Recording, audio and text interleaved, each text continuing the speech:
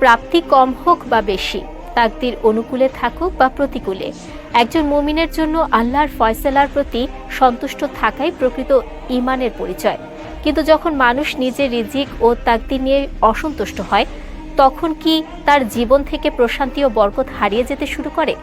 প্রাপ্ত রিজিক ও তাকদিরের প্রতি সন্তুষ্ট না থাকার ক্ষতি সম্পর্কে বিস্তারিত থাকছে ডেস্ক রিপোর্টে। মানুষের জীবনে যা কিছু ঘটে সবই মহান আল্লাহর পূর্ব নির্ধারিত তাকদীরের অংশ। সুখ দুঃখ, লাভ ক্ষতি, সফলতা ব্যর্থতা কিংবা রিজিকের প্রাচুর্য ও সংকীর্ণতা সবকিছুই আল্লাহর ইচ্ছা ও হিকমতের ভিত্তিতে নির্ধারিত। তাই একজন মুমিনের অন্যতম গুণ হল আল্লাহর ফয়সালার প্রতি সন্তুষ্ট থাকা এবং সর্বাবস্থায় তার প্রতি আস্থা রাখা।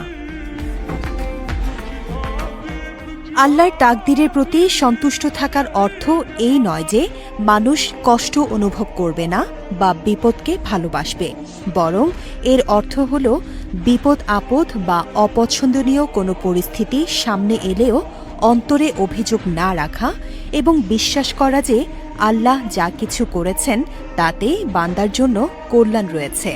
কারণ মানুষের জ্ঞান সীমিত হলেও আল্লাহ সবকিছুর সম্পর্কে সর্বজ্ঞ। রিজিকের ক্ষেত্রেও একই শিক্ষা প্রযোজ্য। মহান আল্লাহ প্রত্যেক মানুষের জন্য রিজিক নির্ধারণ করে রেখেছেন। কেউ বেশি সম্পদের অধিকারী, কেউ কম। কিন্তু প্রকৃত সফলতা সম্পদের পরিমাণে নয়, বরং আল্লাহর দেয়া নিয়ামতের প্রতি সন্তুষ্টি ও কৃতজ্ঞতায়। যে ব্যক্তি নিজের প্রাপ্ত রিজিক নিয়ে সন্তুষ্ট থাকে, আল্লাহ তার জীবনে বরকত দান করেন এবং অল্প সম্পদেও সে শান্তি ও তৃপ্তি অনুভব করে।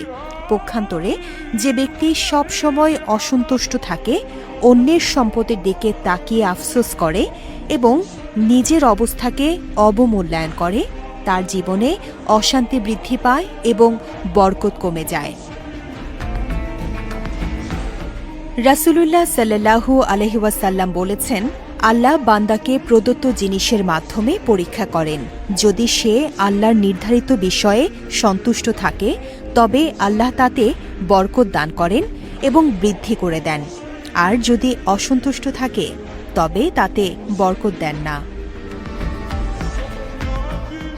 তাই একজন মুমিনের উচিত তাকদীর ও রিজিকের ব্যাপারে আল্লাহর উপর পূর্ণ ভরসা রাখা, ধৈর্য ধারণ করা এবং সর্বাবস্থায় শুকর আদায় করা। কারণ আল্লাহর সিদ্ধান্তই বান্দার জন্য সর্বাধিক